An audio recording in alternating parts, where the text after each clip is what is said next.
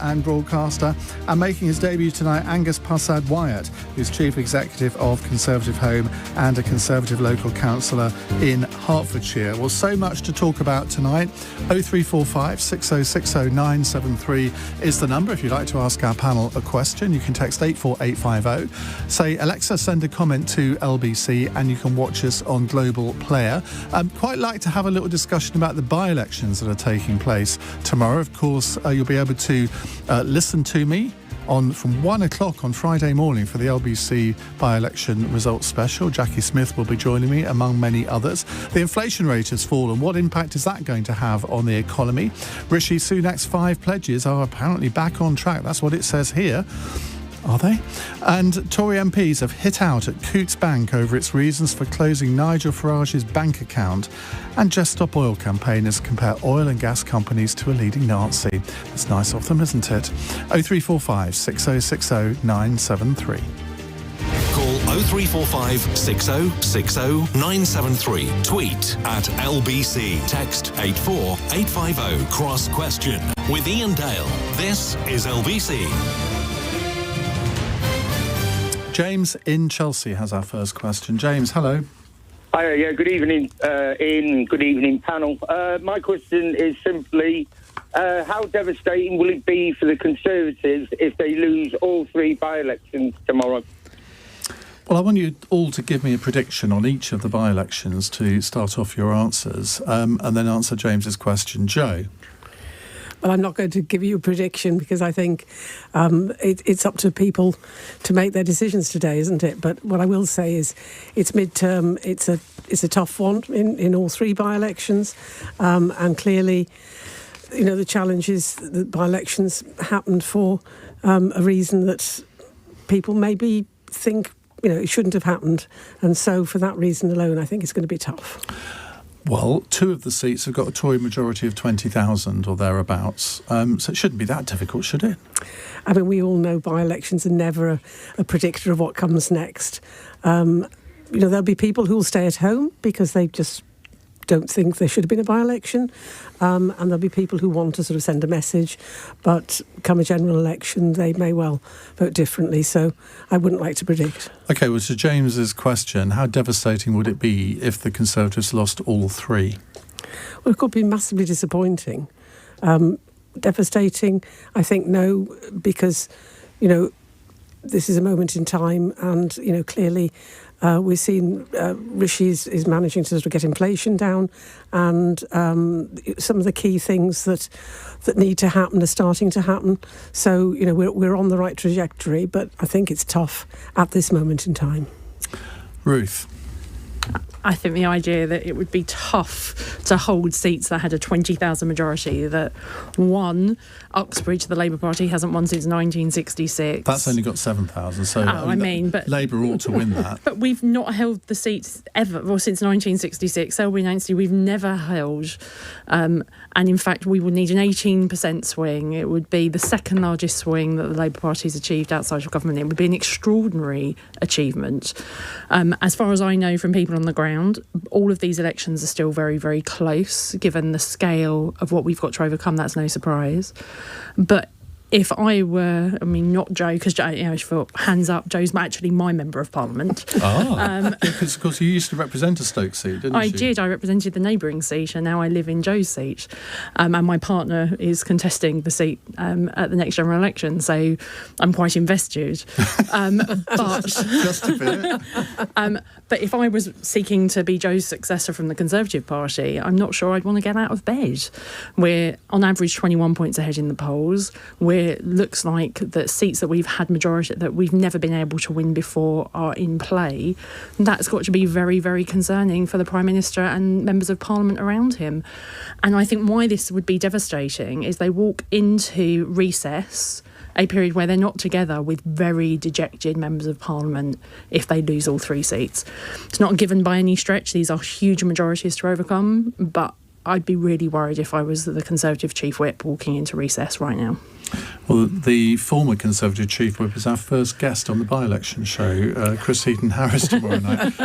It's very interesting. When you put together these overnight shows, The Labour Party, I mean, to be fair to them, have been really good. Sort of local election night, and indeed on Friday, lots of shadow cabinet ministers coming on. Should we say it's often more difficult to get Conservative ministers to come on? But we're doing all right this time. Local election night was a bit of a challenge. Angus, now from ConservativeHome, you obviously pore over the statistics of these seats. What are you expecting to happen, and what are you predicting to happen? So I think the first thing I would say is to echo some of Joe's comments about, by-elections do throw up strange results. Obviously, Ruth mentioned some of the swings that would be expected. We've seen over the course of the last few years in places like North Shropshire and Cheshire and Amersham, unexpected results and large swings take place.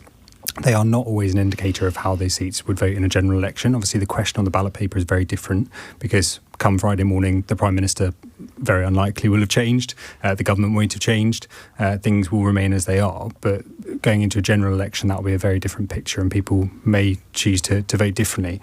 In terms of these three particular seats, I know you'll try and push me towards making a prediction. Well, you don't have a dog in the race, really. And OK, you're a Conservative, but ConservativeHome commentates on Conservative politics. It's not an active political player, so you can be sort of reasonably honest, I hope. I'd hope so, and I think it's important to underline that point that we are, obviously supportive of the Conservative Party, but independent of it, and we view news from a Conservative angle. I think, as I said, it is the point in the cycle that will be tough for the Conservative Party. I think they've done a great job on expectation management that I think anyone, for them to hold on to one seat would be seen as great news for the Conservative Party. So I think to the listener's question, devastating, no. I think it's probably factored in that they will probably lose all three seats.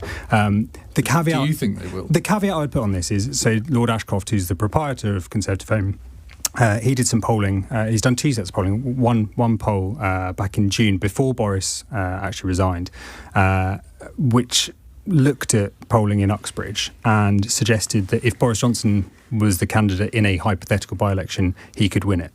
Now, there's obviously a percentage... Which was bizarre that then Boris Johnson resigned a few days after that. Yes, it was strange. I'm not saying that ConservativeHome is able to push people and pull strings in quite that way, but this suggests that there is maybe a level of support that's quite solid for the Conservatives in Uxbridge. I think ULEZ has obviously been a massive factor, and that came up in the focus groups that Lord Ashcroft did earlier this month or last week. That there is obviously really strong feelings about that.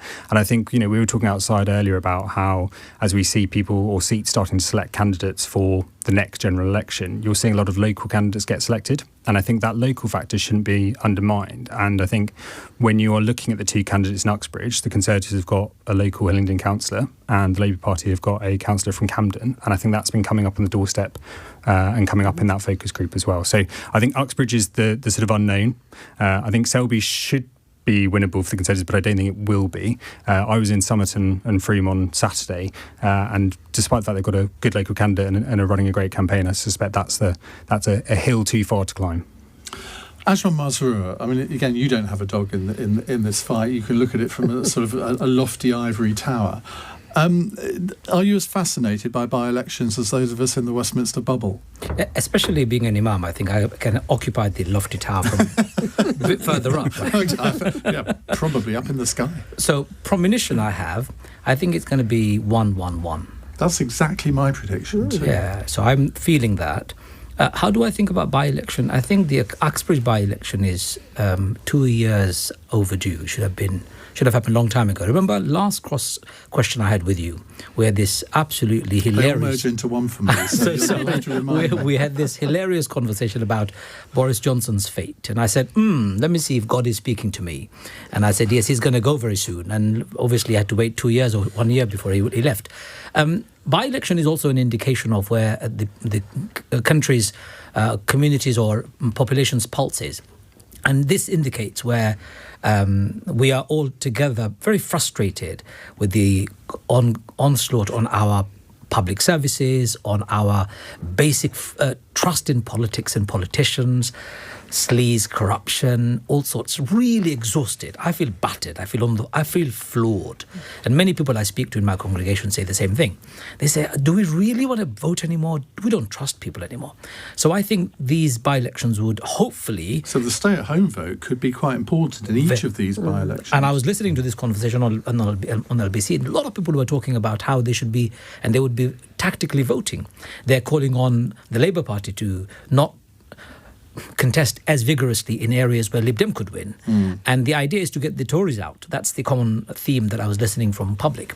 So I think overall, what's written on the wall, how do we get Tories out? Because people are frustrated over the last 12, 13 years of what's happened. Rishi Sunak, unfortunately, is going to be the fall guy because he's the Prime Minister. He was not even elected the Prime Minister as far as we're concerned, so we had no say over him. Fair enough, he's the first Asian ethnic background, and I can't be disloyal to my ethnicity. I'm also Asian. But that's not how I support politics. I support politics based on credential, what they have got to offer the country. I don't feel excited by Rishi Sunak at all. He's as... Keir Starmer makes you feel really excited. Well, I can't say he does, unfortunately. So what alternative do we have? Davey, I mean, what can you say? Well, look, Ian, I can't be... there is a word that you guys use in the media if I say things against them and they sue you. You can't libel them. Libel them, so I'm not going to go down that route. I think to say someone that is charismatically challenged is not particularly libelous. I think all three of them are fantastic, but not fantastic enough for my vote at the moment. And I think people... So if there was an election tomorrow, you wouldn't vote? I would vote because I feel morally obliged to vote. But I'm really going to weigh up between lesser of all the evils on the table. And that's not a very good place to be politically. I'd like Do you think most people do that, though? They tend to vote against something rather than for. I think, in a sense, that's why the Conservatives got a big majority at the last election. And a lot of people were voting Conservative to keep Jeremy Corbyn out. Which is the problem. I think we should try and see if we can change that culture by having more open and honest conversation, by saying people should vote for something rather than against. Against is very self-destructive. That's where we are today. I hope that we have a more mature outcome when it comes to this election. People should not vote because it's a knee-jerk reaction. They should think through. And the candidates that are offering the best possible future for our country. And people should not look through the prisms of their party affiliations. They should go beyond that and say, okay, what's good for our country? And even if that means we have a hung parliament, let it be. Let them negotiate a good way out for all of us rather than be politically and ideologically enslaved to a particular mantra.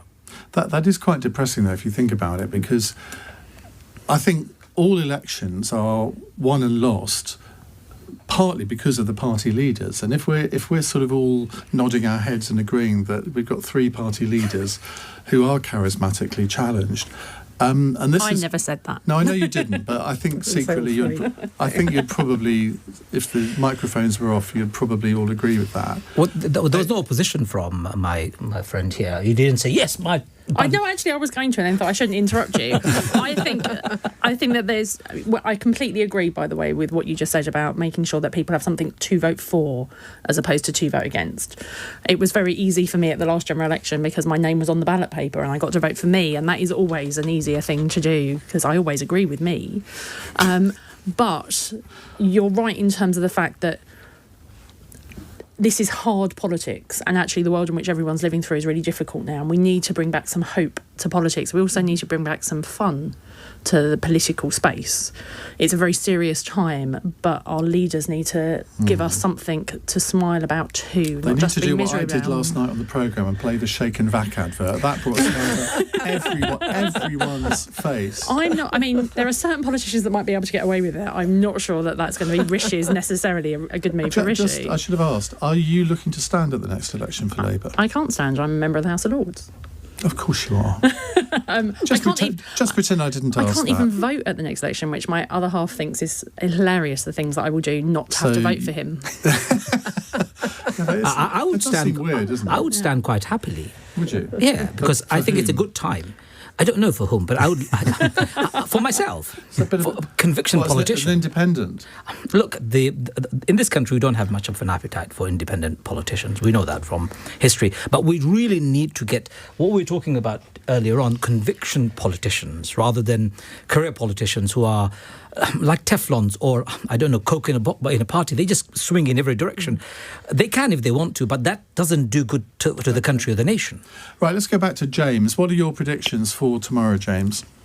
I think they'll lose 2 and keep Uxbridge, because I think the ULEZ is going to be a big player in Uxbridge. You know what I mean, with the ULEZ possibly coming into that area. I think that's going to be a big sort of hurdle for...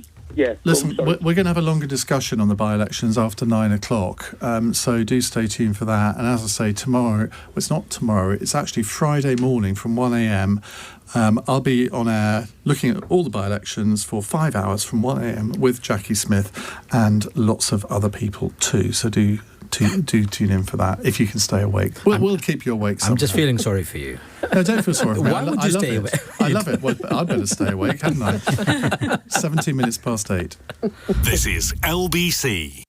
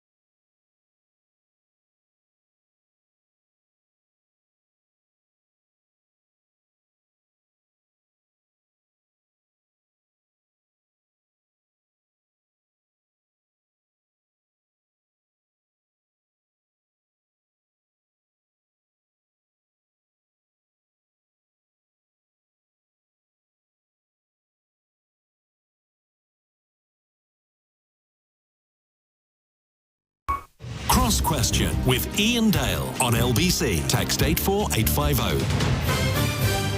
On the panel tonight, Baroness Ruth Anderson, Joe Gideon, Ajmal Masroor and Angus Parsad-Wyatt. Now, this Parsad bit of your name, tell us more about that. Well, so my unmarried name, maiden name feels like a sort of a gendered term, doesn't it? I mean, so it's a double-barrelled married name? Yeah, it's a married name. So Angus Wyatt by birth, and then married my husband 2 years ago. So it makes it a bit more glamorous, doesn't it? Well, depends which circles you move in. Right, let's go to another question. It's from Hassan in Westminster. Hassan, hello. Hi there. So, senior MP Tobias Elwood believes the Taliban have reduced corruption, brought security, and eliminated opium production.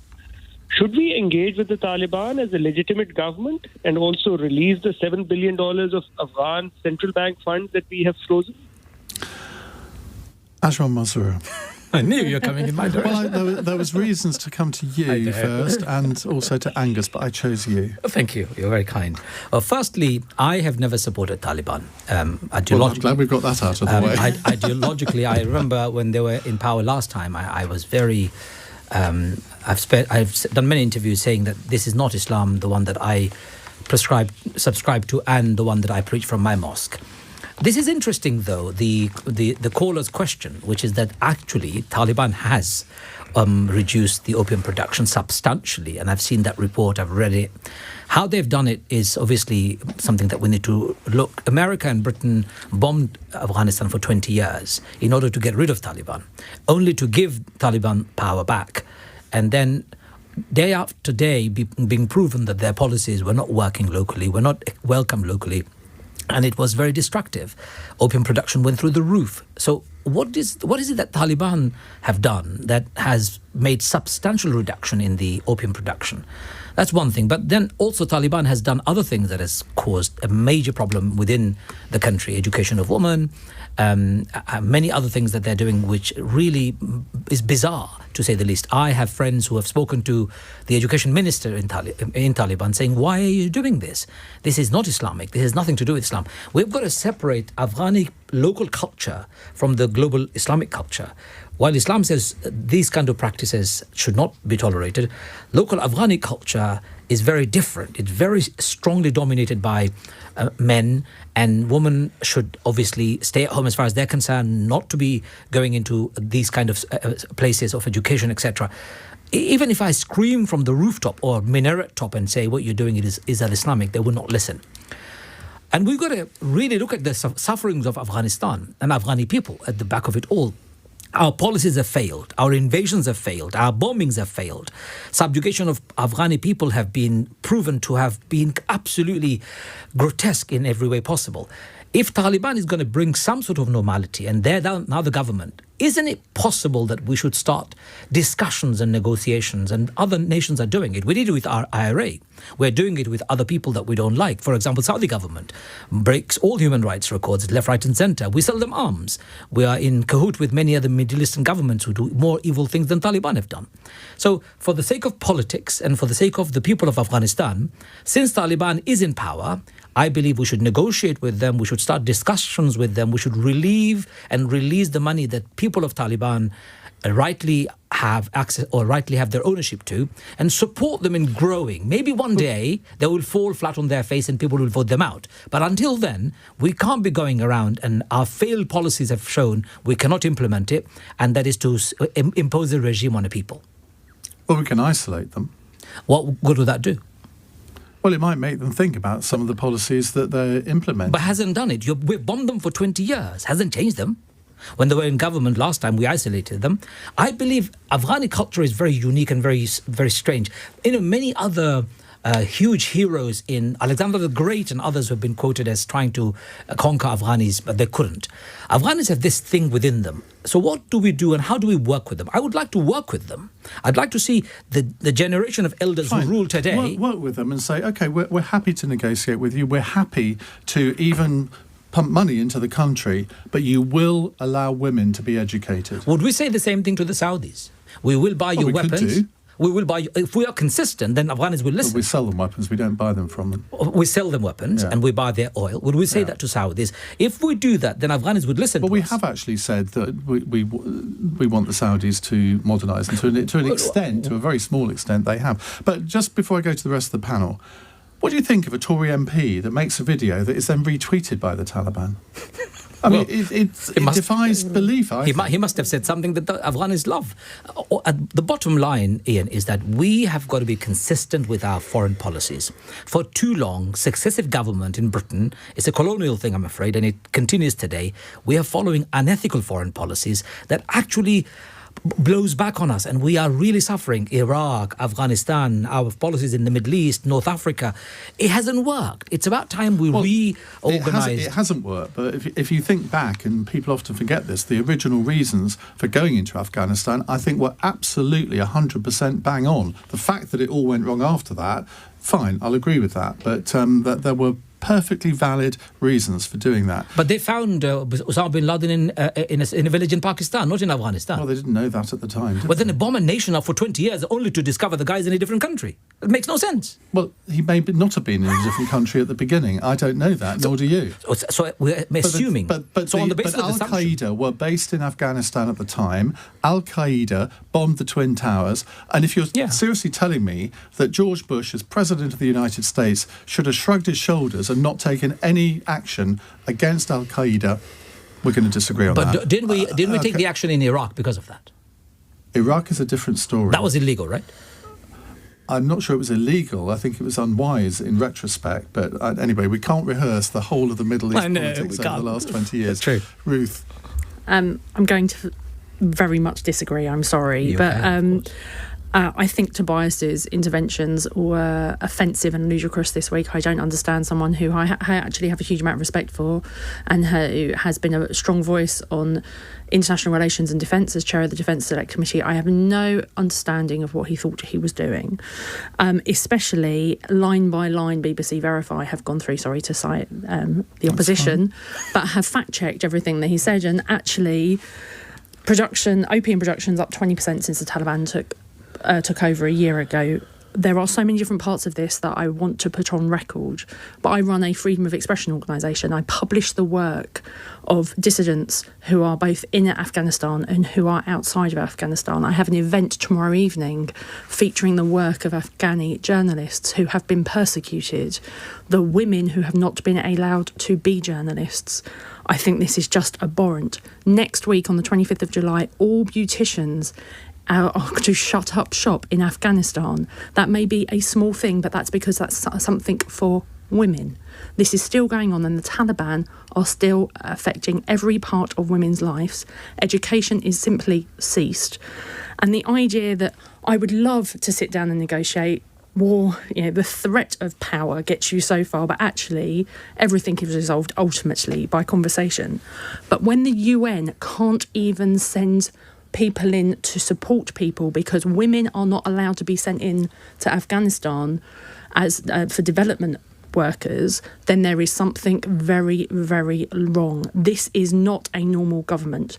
And in terms of our place on the international stage, every one of our partners in the G7 has agreed not to open their embassies, and they have done that with good reason. And I think Tobias has gone in a very strange direction and is speaking as an independent MP, and obviously he'll have privilege when he gets back to talk about why he's done what he's done. But I couldn't disagree with him more. And candidly, my Christmas card last year was designed by an Afghani graffiti journalist who was literally in a cave hiding from people. We have all met Afghanis in the UK. There is a big community in Stoke-on-Trent where I live whose family have had to be in hiding for over a year. This is real and is happening to people who have supported us when we were there for whatever reason we were. And candidly, Tobias should have known better. Well, the BBC have a female BBC Afghanistan correspondent. I think she is Afghan. And every time she comes on the TV screen doing a report, I think that woman must have balls of steel. Absolutely. I mean, some of the women we are dealing with are they're so brave. And most of them are now actually in Afghanistan, now in Pakistan, because that was the easiest place to get them to. But they're stuck in Pakistan.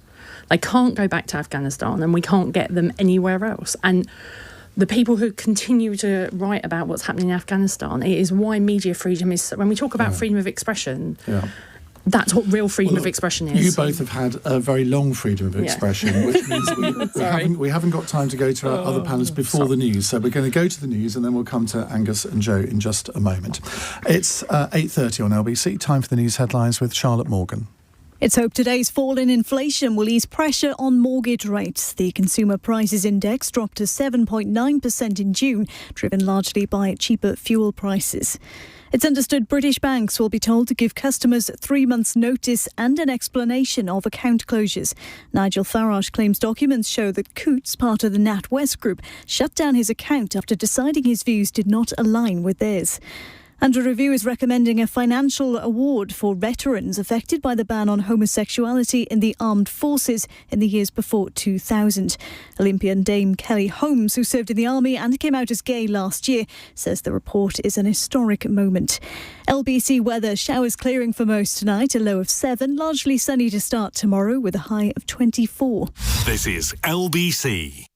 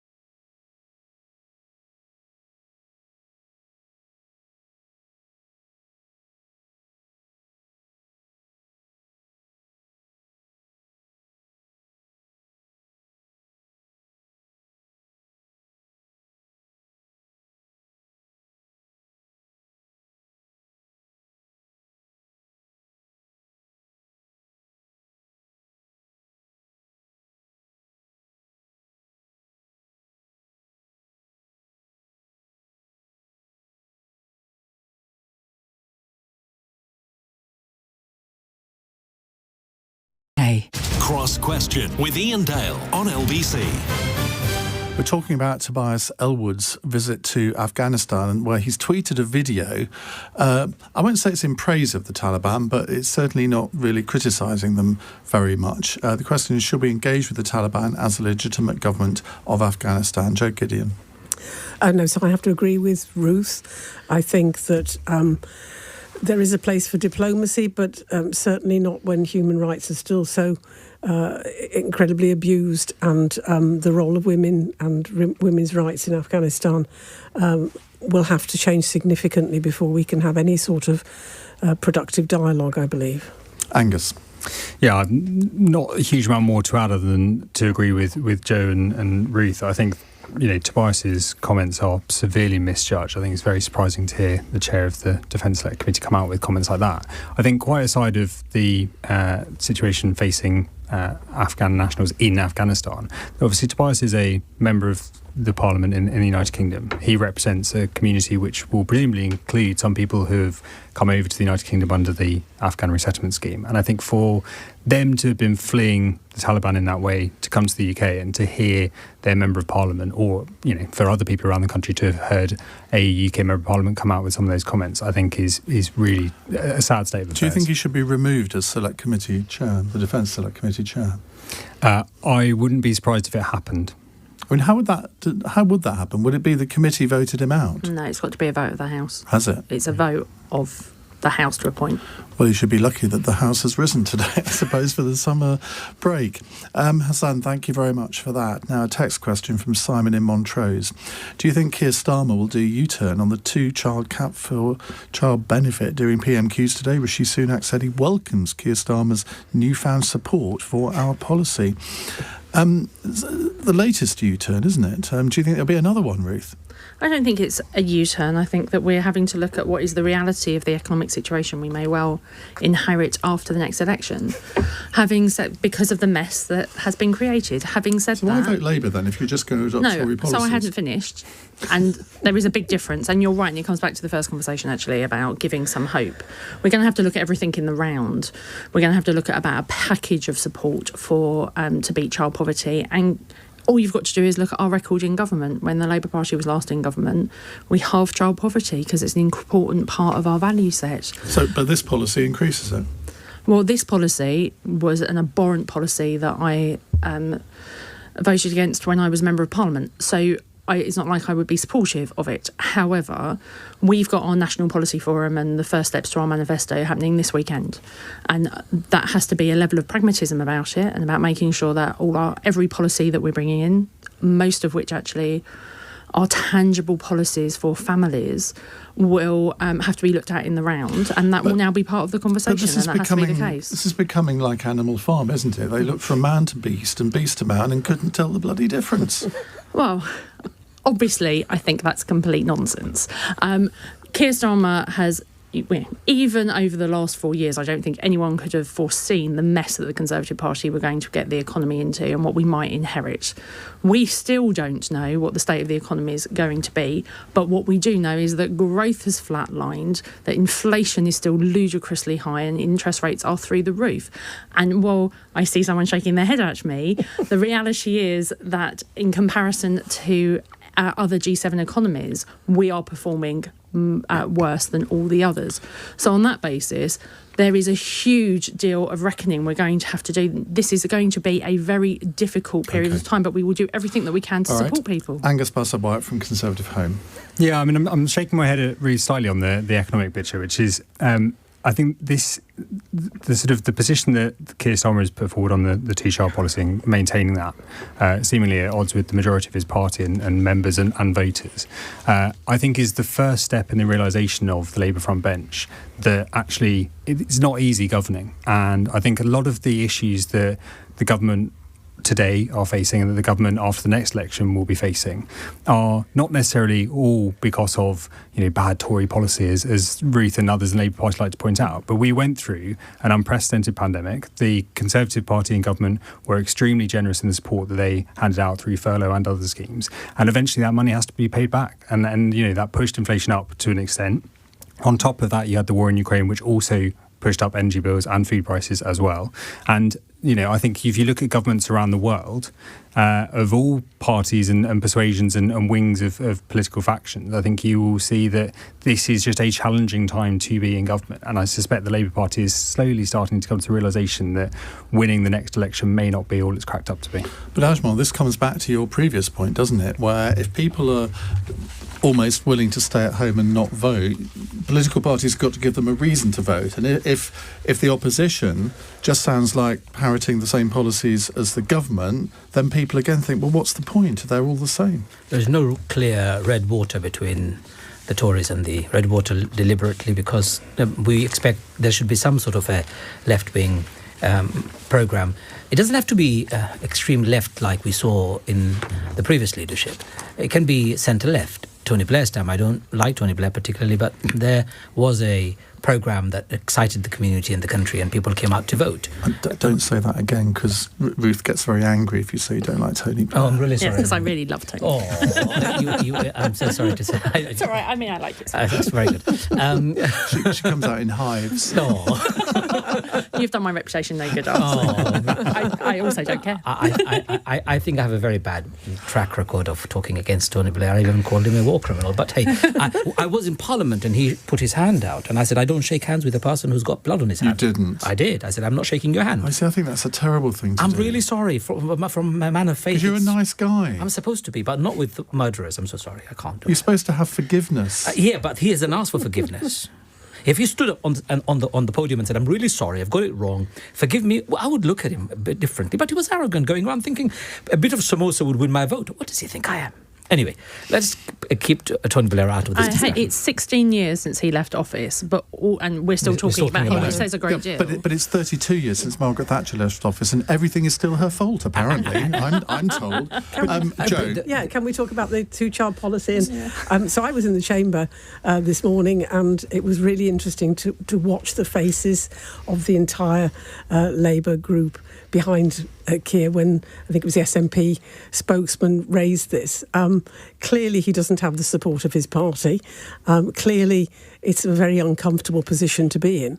But clearly they recognise that they can't do the things that they keep promising in opposition that they were going to do. Now they think that they'll actually have to deliver on them. So, we're seeing a lot of flip-flopping, as we call the policy changes, on the basis that promises that they made even 6 months ago now haven't been fully costed, and there is this mantra of everything's fully costed. Everything we've announced I'm sorry, Joe. Everything we've announced this year has been fully costed. Sorry, yes. So people come out with statements. I was on another show with the Shadow Levelling Up Secretary, and he was talking about how terrible it was that local government had no money. And I said, so that's interesting. Would a Labour government give lots more money, lots more bigger settlements to local government? And he did the whole Shadow Levelling Up Secretary is a woman. Well, it was Alex Norris, and he called himself. Deputy. They announced him as that. But anyway, the point was that the promises that are made can't be paid by non-dom tax. That's been, I think, allocated about 3 times. About 20 times, I think. But Joe, you said that everything's been costed. Well, the 28 billion Green New Deal, that hadn't been costed because they've now retracted that. So what we've said is that when we announced that policy, which was one of the first things that was done under Keir, we're still committed to the 28 billion. It's just that we've said it will be delivered at some point in our first term.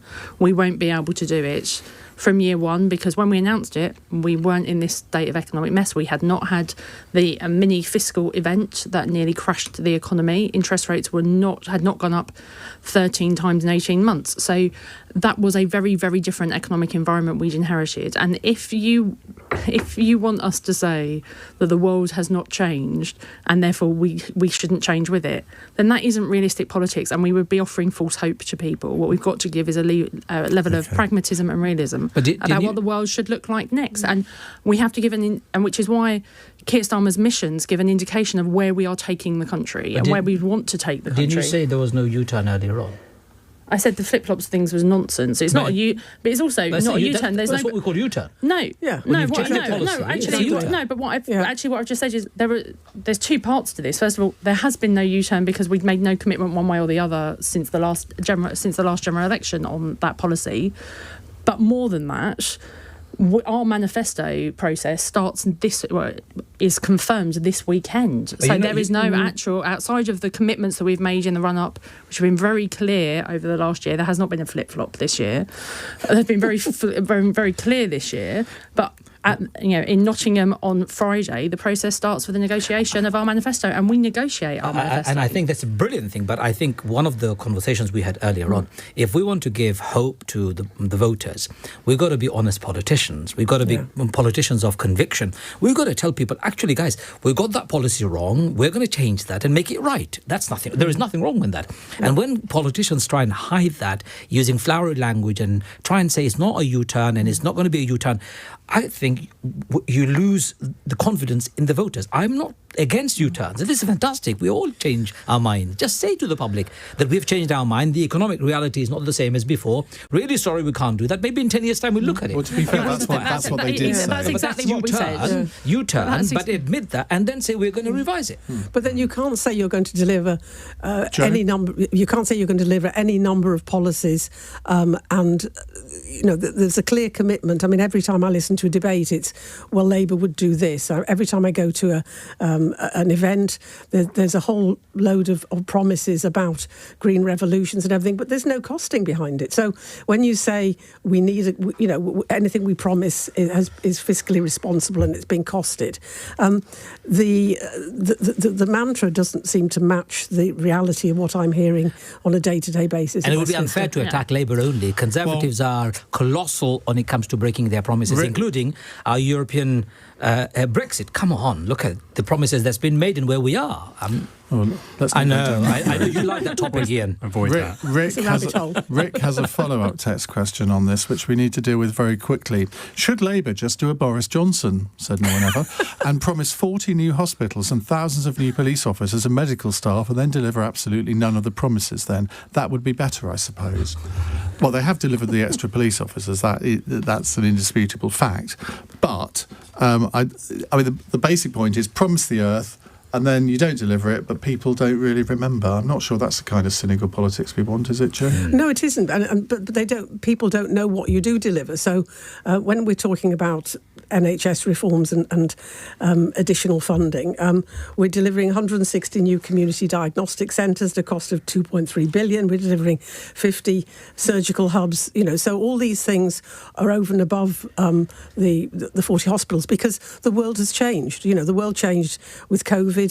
These 40 new hospitals were never going to be, were they? That's the point. The point is that they are still going to be. No, they're not. There was never 40 new hospitals. There were 40 hospitals, some of which were going to be new, and some of which were going to have an extra wing built on. Yeah, but as I say, diagnostic hubs. It's kind of.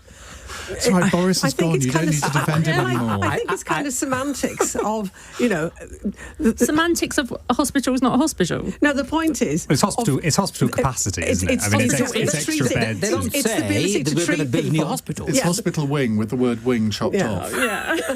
It's 8:46. This is LBC.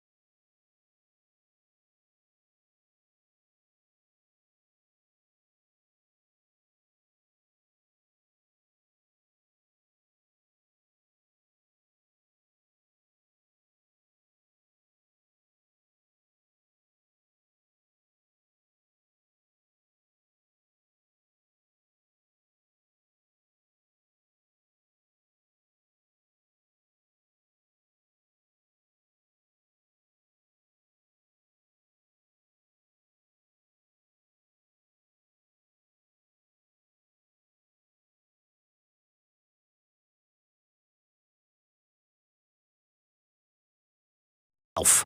Leading Britain's conversation. Cross Question with Iain Dale. Alexa, send a comment to LBC. 8:48, we have with us Ruth Anderson, formerly Ruth Smith MP, Joe Gideon, Conservative MP for Stoke-on-Trent Central, Ajmal Masroor and Angus Parsad-Wyatt. Right, let's go to an Alexa question from Nikki in Tunbridge Wells. Does the panel think it is right that institutions and companies need to protect their reputation and get rid of characters such as Nigel Farage? Angus. I think, I'm not the first person to line up to defend or agree with Nigel Farage on a number of topics, but I think the idea that companies can suddenly start determining on this basis. I mean, obviously, all companies are free to determine within the realms of protected characteristics and things who holds accounts to them and how they operate. I think it's incredibly unwise what Coutts seems to have done in this process. I think it sets a real dangerous precedent that people start being singled out for views that they've expressed at various points in history. And I think what's really not clear is how far does that extent go? I mean, the document that Nigel Farage put out today, the 40-page document, which I admit haven't read every single one of the 40 pages, but some of the snippets that I saw, it seems to be that they are sort of verging on defamation in terms of and libel, going back to your earlier point, around some of his views and his alignments and whether he's kind of working for the Russian state and all these sorts of things, which I think are quite dangerous statements to be making, particularly in the context they didn't expect the document ever to become public, did they? Well, no, of course, but that's ultimately the point. Is I think if you are going to be making a judgment and closing someone's bank account, you should be damn well sure that you're going to be able to stand by your reasoning for doing so. And I think this document has showed that. I think it's a bit of a weak case that Coutts put forward. Ajmal. Well, he's not the first one to have had his bank account closed, and unfortunately. Does that make it right? No, I was about to say so for example, my own bank account was closed many, many years ago. My crime was a Muslim. Any activist from the Muslim background who became very prominent since 9/11, we experienced awful treatment from financial institutions. Many mosques, many charities' accounts have been closed. Unfortunately, this was not a discussion when it happened to many of us, the Muslims. Now that it's happened to Nigel Farage, it's become a big issue. In some ways, that big issue is good for all of us, that we would now put those institutions to proper microscopic checks and say, why did you do that? Can you stop doing this? Or we put in some policies that they would be governing them. It is wrong of any institution to single out people based on their opinion, because we can't be a police state like North Korea or maybe countries like in the Middle East. We need to allow people to have diverse views. Of course, if they are views which are racist or calling for violence, we need to stamp them out very quickly. But Nigel Farage, as unsavory as he is, I have fought with him on many TV and radio programs. There is no reason for anyone to close down bank accounts of a person who is political as well as outspoken like him. Where do we draw the line and how far do we go? Whose bank account will remain open and who determines it? Who decides it? Somebody in Shanghai decides that a person who is in the UK talking about politics in China, they should have their accounts closed. Somebody, I don't know, in Tel Aviv decides which bank account of which activist gets closed because they're supporting the Palestinians. We can't have that in a free world, in a democratic world. We have to have policies, we have to have legislation that protects our individual rights, our freedom, especially economic freedom. If that's taken away, our country will collapse pretty quickly. We'll all be in trouble. So I call out to our government, our policymakers and banking institutions to say, look, stop this behaviour. It's not acceptable. It's unethical and unacceptable. Joe. Yes, it's completely unacceptable. I mean, it verges on political discrimination, because clearly it was his political views that they were offended by. I have to say that I would consider it equally unacceptable if it was a Muslim, if it was Jeremy Corbyn. The principle is that this is a non-financial reason for discriminating against somebody, and it's just simply wrong. As politicians, we're all called politically exposed persons, and actually lots of MPs have had real problems with opening bank accounts. During COVID, I tried to open a bank account and was told that I couldn't do it online, and that no bank managers were available except in branch, and it was enormously difficult. So the whole situation around banking and politicians and politically active people, I think, needs looking at anyway.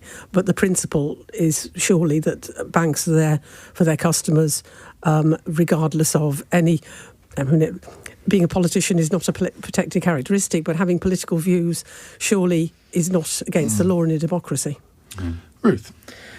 I'm completely torn, honestly, but the reality is I'm still not sure that we'll know exactly the full story here. Forgive me for not thinking that there might be more to come. Well, we've the got story. the full story in this document. Yeah, but we don't know. We don't know how much is missing or what else is to come. But no one's bank account should be closed down because of their politics. I find it really bizarre that he was also offered an alternative bank account, that it was a brand they didn't want associated with him. No. But only 3 days after it came out, absolutely. Came out. So, I mean, I think this is one of the misconceptions, that people seem to think he was offered that before he made the public statement. It wasn't. That's not the case. I just think that this is a very, very, very unpleasant, unpalatable situation, and we've had a series of campaign groups, we've had a series of people whose politics I don't agree with, and some whose politics I do agree with have faced very similar issues with lots of campaign groups have unfortunately faced this, and it's about time we had a proper conversation about it and about how we protect and who we protect, and you'd have seen there was a debate about it in the House of Lords today, if anyone was watching the House of Lords today. And there are lots and lots of different examples, especially, as Joe just mentioned, also of elected politicians' children not being able to get bank accounts or credit cards because of logic of that? Politically exposed because of who your father is or who your mother is. It's absurd. And people not being able to get mortgages because of who their parents are. My colleague had a call earlier today from somebody whose father was a Tory peer. Yeah. And they were denied a bank account because their father was a Tory peer. Yeah. And an organisation I was on the board of had their PayPal account suspended because I was politically exposed. Obviously, I was on the board. I have nothing to do with the day-to-day financial transactions. So there is an issue here that we need to look at in the round. I'm sure there's still more to come, though. But I think this is a challenge, though, isn't it, in terms of the impact on politicians' families as well. That in order to change that situation requires some form of legislation to go through the House. For that to happen, the headlines write themselves, don't they, in terms of MPs trying to rig the system, they're trying to circumvent banking regulation. And I think that's the real challenge in this, is that clearly something needs to change, but it's going to be a brave MP or a brave government that pushes that agenda forward. There's 3 or 4 car insurance places that won't issue car insurance to members of Parliament, which is just bizarre. Is that more to do with how many of them have had speeding tickets? Also, and got somebody else to pay for it. If you're a journalist or a broadcaster, you can find it very difficult to get insurance as and an actor. Yeah. I've been denied investment for a company I set up because I'm a politically exposed person, and that was a nightmare. £5 million worth of investment went just down the drain. Is that when you were a candidate? No, this was 3-4 years ago. How are you a politically exposed person? Apparently, you're I stood for parliamentary seat twice. And did you? Yeah, of course. Didn't you know? No, I didn't know that. Yes. When was that? 2010 in Bethnal Green and Bow. Did you? For the Lib Dems. I know you love them. Goodness me. And I became second. Corey, never book him again. I became second, would you believe? The biggest swing in the history of Lib Dems in that area. But you can stand in the next election? Not for Lib Dems. I left them 2013. There's a whole history to you that I didn't know about. I'm glad you didn't know about it. But it is very sad. Quickly, and I shouldn't have gone into that because we've now got. I want to do another question, and it's from David in Birmingham. Just Stop Oil has compared oil and gas companies to the Nazis. Can there be any defence for such a crass comment? Now, they compared the company's defences for its role in causing climate change to the defence offered by Adolf Eichmann for his role in the Holocaust during his trial in Jerusalem in 1960. Ruth? If your argument is so weak you have to bring in the Holocaust, then you have lost, and it's offensive on every level, and they should apologise immediately, not that they will. Joe? Deeply offensive, and yes, I agree they should apologise. Cool. Short answers on this one. Angus? I think they are trying to grab headlines and make a splash in the way they normally do, and I think it's completely wrong of them to have said that. And I think, as Ruth said, any comparisons to the Holocaust or the Nazis is very dangerous rhetoric. Ajmal?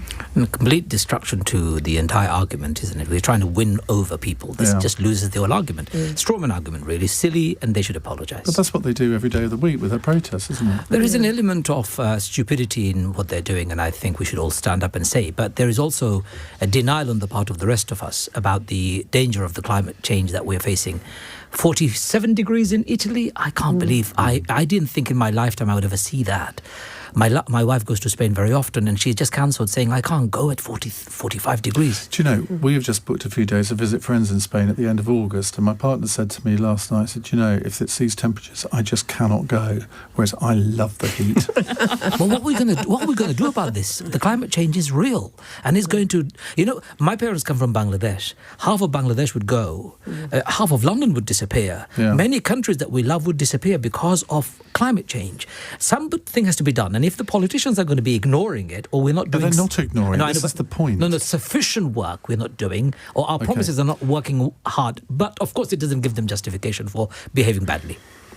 Right, we're running out of time, so let's go to our last fun question. It's Daniela in Bridgewater. Barbie or Oppenheimer? Which will you be in the queue for this weekend, and why? Well, I'm going to go to Jo, because she's kind of dressed like Barbie. Thank you. I'm dressed in pink, and a number of my colleagues dressed in pink as an homage to Barbie for PMQs today. Is that right? Yes, that is right. Good God, what's the world come to? Because Barbie and the film is supposed to be... more of a Cindy girl? A sort of... Well, because of the lack of blonde hair. But, you know, Barbie is that representation of that women can do anything. So, you know, and one thing that struck me is generations have grown up with Barbies. Barbie has changed from being a sort of an icon of kind of the blonde, slightly, how shall I put it? Bimbo-ish? Thank you. That was the word I was looking for. I was trying to find a kind of more subtle word, but bimbo-ish, through to, you know, Barbie as the president, as an astronaut. And it's that thing of, like, Legally Blonde, you know, that it doesn't matter what you look like.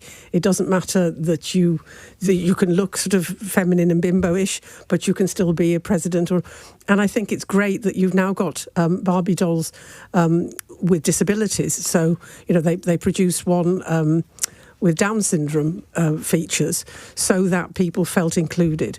So it has moved on enormously. A slightly longer answer than I was expecting. Sorry. Angus. I'll give you a short one word. Oppenheimer would be my choice. Ajmal. I've got this terrible lyric in my head. You put it in, didn't you? I'm a Barbie girl. But do you know? Do you know there is a Muslim twist one? Oh God, I'm a hijabi girl. So don't think about it. I'm a hijabi girl. I mean, it works, right? So you're going to go and see Barbie then? I'm not sure. My daughter will kill me. Ruth, quickly.